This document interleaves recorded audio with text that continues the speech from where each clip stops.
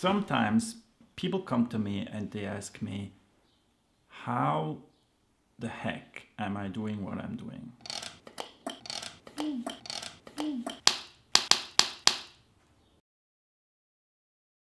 How the heck did I manage to pick up myself, to get my running shoes together, to go to the starting line, and 10 days after I had my 5th relapse, run a marathon, not only run it, and run a personal best, being under 4 hours, which was like my huge goal. And actually I did a test just some days before the marathon, and I said, okay, I'm gonna run exactly in the pace that I have to run if I want to reach a sub 4 marathon.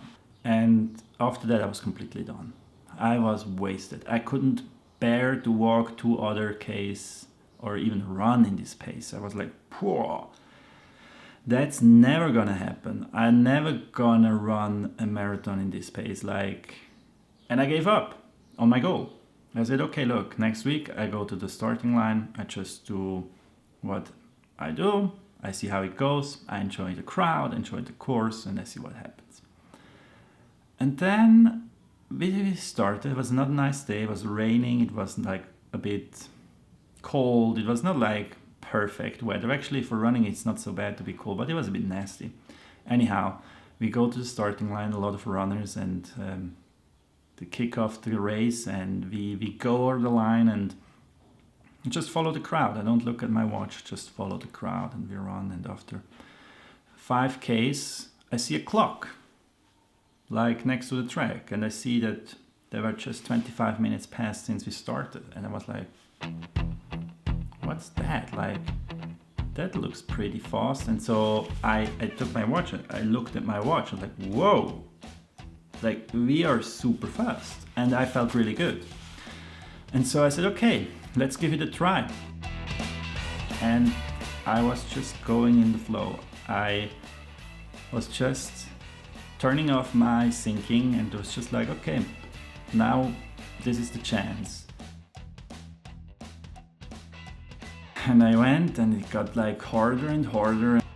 My pace slowed down. I had a bit of buffer because the first half I was running like crazy, and I just started to count the Ks, like, okay, just one more, and realizing that my strength passes away, or like it slowly slows down.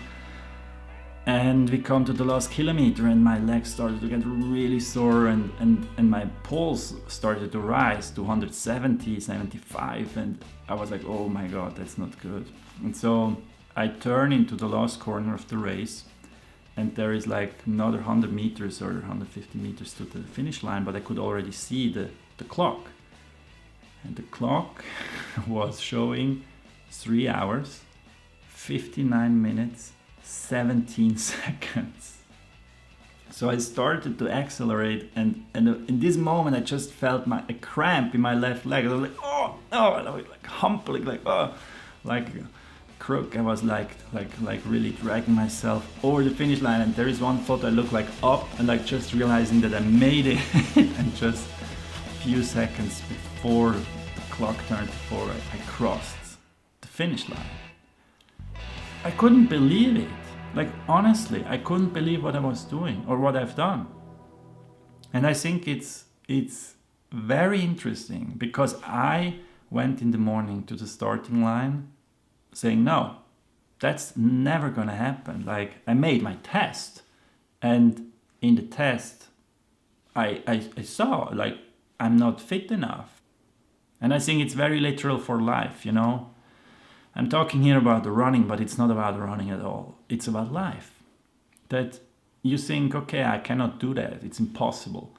And then you go and suddenly you realize, wait, there is like more in here that you were not aware of. And after 5K, when I saw this clock, I became aware of it. That was the moment of realization that, okay, there is more.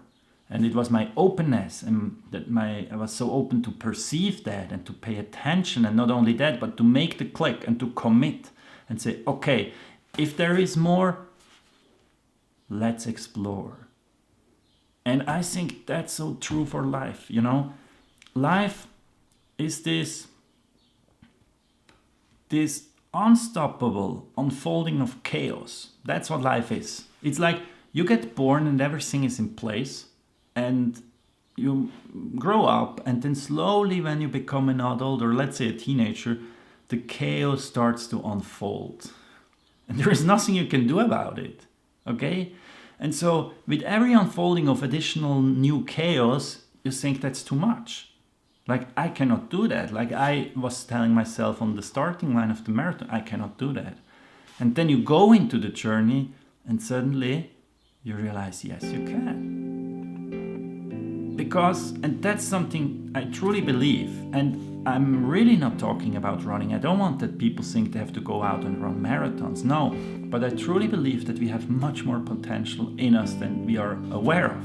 It's deep, deep down, over all the layers of self-doubt, of discriminating self-talk, of like not allowing us to connect with what is really deep. And only in a moment of drama and a moment of a test, you are able to open this door and see what's there. And I strongly believe that you can do that too. And really, last thing to say, but very important, this video is not about running. Okay, it has nothing to do with running. I talk about running because I experienced it, and if you get something that you can find and connect with it in something else, that's the most important thing. You just have to find your way to cope with the chaos, and then share it. Like really share it. If you feel like, share it with your friends, with your family, share it in social, share it in the comments, and you will see that people react to it because you will inspire others. I strongly believe that sharing experiences and vulnerability and what we do and how we cope with the chaos of life, that can be very empowering. And that's why I do and share my story, because I strongly believe it will help others. So you see, I'm doing fine. It's not a blasting moment of my life at this moment, because of course it sucks if you have a cancer coming back and you will have additional treatment in summer and whatever, but I'm doing good. And I have very exciting news, because next week I'm going to California because I got invited to give a talk at Stanford. Yes, Stanford invited me to talk about my story and my survival story on the 6th of June. I'm looking very much forward to it. Unfortunately, the event is already sold out, but I think they're gonna make a video, and I hope I can share that with you guys somewhere. So I'm really, really looking forward to that. And yes, let you know what I'm gonna do from them. So the next 6 weeks, I'm gonna be a lot on the road, so it's gonna be fun to follow. Okay, I hope you guys are all doing well, and I send you my best wishes from my heart. Bye bye.